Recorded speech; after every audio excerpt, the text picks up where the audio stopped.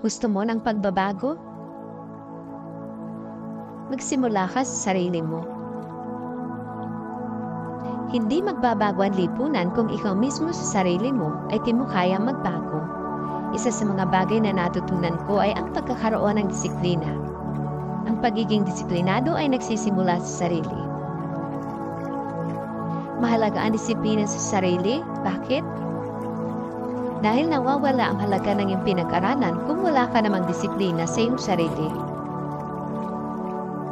Mahalaga ang disiplina dahil ang kawalan ng disiplina ang nagiging dahilan kung bakit magulo ang isang tahanan.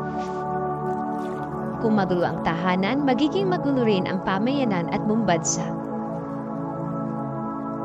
Ang kawalan ng disiplina ang nagiging ugat ng lahat ng kaguluhan sa buong mundo.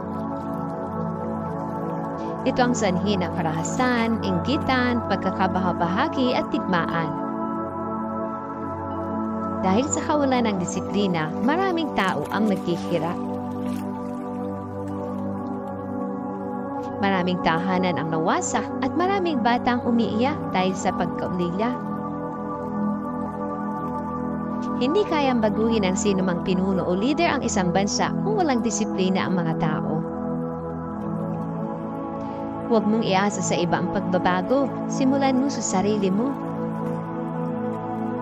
Sa paaralan, napakasimple lang ang pagtuturo ng disiplina, pumasok na maagap at ilagay sa tamang basurahan ang basura. Huwag makipag-away, igala ang nakatatanda, sumunod sa batas at tinuturo rin ang pagiging makadiyos at pagkamasunurin. Pero ang nakakalungkot, madami pa ang nakapagtapos ng pag-aaral ang hindi pa rin natutunan ang mga ito o sadyang may katigasan lang ang kanilang mga ulo. Nais ko lang ipabatid sa lahat ng tao, lalo na sa iyong nakakapanood nito, na magkaroon tayo ng disiplina sa ating mga sarili. Nakakalungkot na maraming edukado ang hindi talaga naging edukado. Gawin natin ang lahat ng natutunan natin sa paaralan sa realidad ng ating buhay.